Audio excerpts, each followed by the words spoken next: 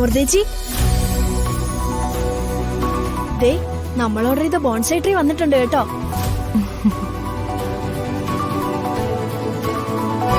അല്ല, ഇതെന്താ പരിപാടി?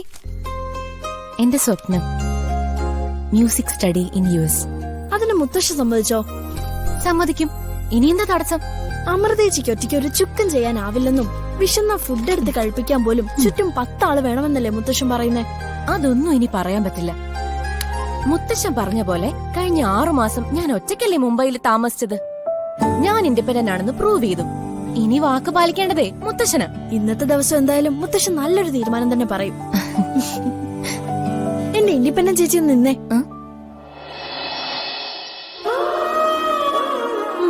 ഇപ്പോഴും വേണം കൂടെ 10 ആള്. ചെല്ലേ. രാവിലെ തന്നെ മുത്തശ്ശന്റെ ഫേവറേറ്റ് സോങ് ആണല്ലോ. അപ്പൊ ഇന്ന് നല്ല മൂഡില. അല്ല മൃതേച്ചി, മുത്തശ്ശന്റെ പിറന്നാളിന് ഈ ഗിഫ്റ്റ് വല്ലാത്തൊരു വെറൈറ്റി ആയി പോയല്ലോ. നല്ലൊരു മ്യൂസിക്കൽ ഇൻസ്ട്രുമെന്റ് കൊടുക്കുന്നതായിരുന്നു നല്ലത്. അല്ല, എന്റെ ഒരു സജഷൻ ആണേ. അതെ, നിനക്ക് സീൻ ശരിക്കും അങ്ങോട്ട് പിടി കിട്ടാഞ്ഞിട്ടാ. ആക്ച്വലി ഇത് വെറും ഒരു ബോൺസായി ട്രീ അല്ല, നമ്മുടെ ഫാമിലി ട്രീയാ. ആ, ആദ്യം തന്നെ അച്ഛനും അമ്മയാണല്ലോ.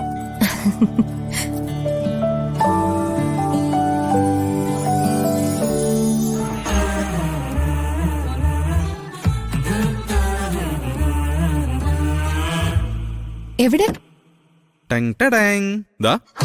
നന്നായി. അമൃത കൊടുക്കുന്ന ഗിഫ്റ്റിനെക്കാളും എന്തുകൊണ്ട് ഒരു പടി മുന്നിൽ നിൽക്കണം നമ്മൾ കൊടുക്കുന്നത്.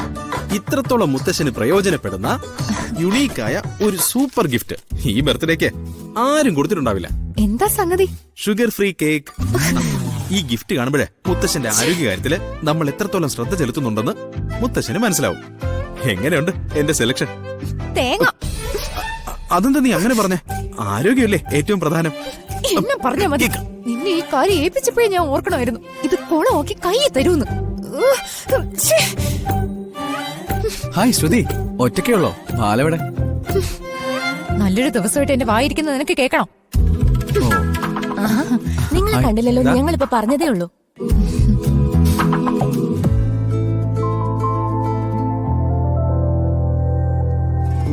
ഇതെന്താ ബോൺസായി ട്രീയോ?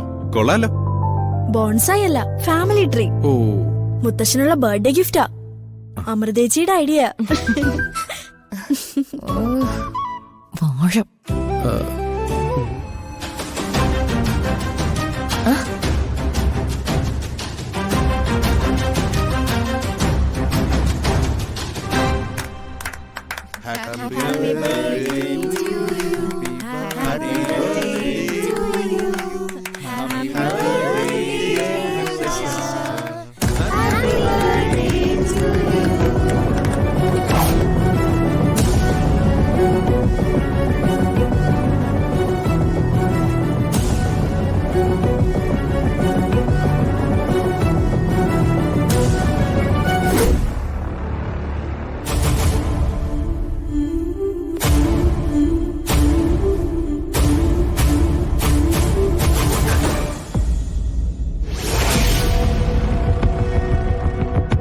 ഒരച്ഛനും സ്വന്തം മകളോട് ഈ ദ്രോഹം ചെയ്യില്ല.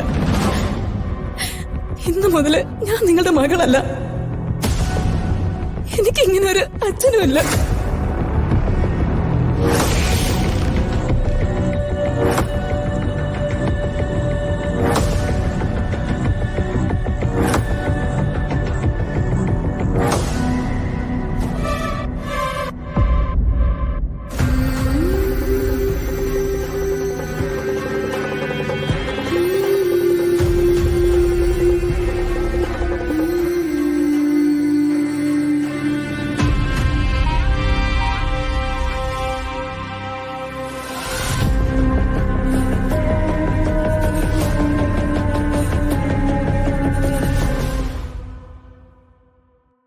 മോളെ, കാലം ഇത്രയും കഴിഞ്ഞില്ലേ മോളെ? ഇനി അതൊക്കെ മനസ്സിൽ കൊണ്ട് നടക്കണോ?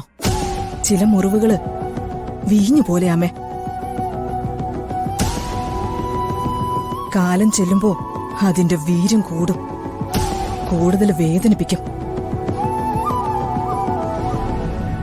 ആ മുറിവ് നിന്റെ തെറ്റുകൊണ്ട് സംഭവിച്ചു പോയതാണ്. 23-ാമത്തെ വയസ്സിൽ നിനക്കത് മനസ്സിലാക്കാനുള്ള പക്വതയില്ലാതെ പോയി. പക്ഷേ ഇന്ന് ഈ 45-ാമത്തെ വയസ്സിലും അതൊരു തെറ്റാണെന്ന് മനസ്സിലാക്കാൻ നിനക്ക് കഴിയുന്നില്ലെങ്കിൽ അതിന് തിരിച്ചറിവില്ലായ്മയെന്ന് വേണം പറയാൻ.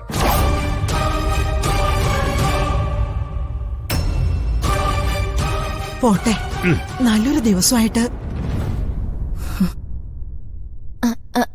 അതെ മുത്തശ്ശ, ഞങ്ങൾ ഒരിക്കൽ പിറന്നാൾ സമ്മാനം നോക്കിയില്ലല്ലോ. വാ ഇങ്ങ് വാ ചെല്ലമ്മേ. മുത്തശ്ശ.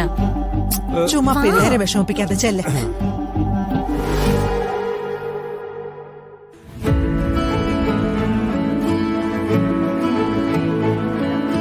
ആഹാ, ഇത് കൊള്ളാമല്ലോ. ഇത് പുത്തമ്പുറക്കൽ ഫാമിലി ട്രീയാ മുത്തശ്ശ. ഉം.